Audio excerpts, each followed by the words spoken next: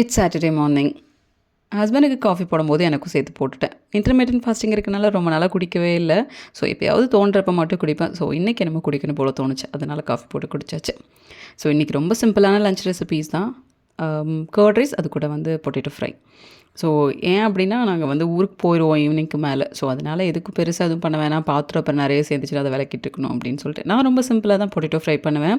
Potato cut பண்ணிவிட்டு அது கூட வந்து கருவேப்பிலை, அதுக்கப்புறமா பூண்டு தட்டி போட்டுட்டு, அது கூட மிளகாத்தூள், மஞ்சள் தூள், அதுக்கப்புறமா லைட்டாக குழம்பு மிளகாத்தூள் போட்டுட்டு, அது கூட உப்பு மிக்ஸ் பண்ணி நல்லா மிக்ஸ் பண்ணிவிட்டு ஆயில் ஊற்றிட்டு, அதில் வந்து எதுவுமே பொரியறதுக்கெல்லாம் போடாமல் அப்படியே இந்த மிக்ஸ் பண்ணி வச்சுருக்க மிக்சரை வந்து அதில் போட்டுட்டு பரட்டி விட்டுட்டு தண்ணியெல்லாம் ஊற்ற வேண்டாம், அப்படியே மூடி வச்சு எடுத்தோம் அப்படின்னா ஒரு 5 மினிட்ஸ்லேயே ரெடி ஆயிரும் இந்த பொரியல்.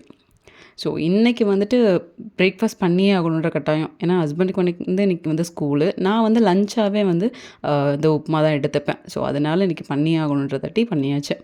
இன்றைக்கி வந்து கோதுமை ரவை உப்புமா தான் பண்ணலான்ட்டு இருந்தேன். பட் உப்புமா மாதிரி பண்ணுறதுக்கு வெஜிடபிள்ஸ் எல்லாம் போட்டு இந்த பிரியாணி ஸ்டைல்லே பண்ணிடுவாங்க இதை. ஸோ அதுதான் பண்ணலாம் அப்படின்னு சொல்லிட்டு நானும் அப்படியே பண்ணியாச்சு.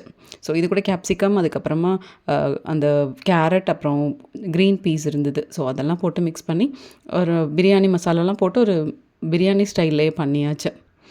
ஸோ எனக்கு கோயம்புத்தூர் வந்ததுக்கப்புறம் தான் தெரியும் இந்த மாதிரி ஒரு ரெசிபி இங்கே இருக்குது அப்படின்னு சொல்லிட்டு. ஸோ அதுக்கு முன்னாடி வரைக்கும் நான் பார்த்ததே இல்லை.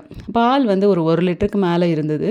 ஸோ அதனால் அது வேஸ்ட் ஆயிரும் அப்படின்னு சொல்லிட்டு கர்ட் ஆக்கிடலாம் அப்படின்னு சொல்லிட்டு உர ஊற்றுறதுக்காக சூடு பண்ணியாச்சு. பக்கத்துலேயே வந்துட்டு கர்ட் ரைஸும் ரெடி பண்ணி வச்சுட்டா ஈஸியாக முடிஞ்சிடும்னு கர்ட் ரைஸும் அதோடய ரெடி பண்ணியாச்சு.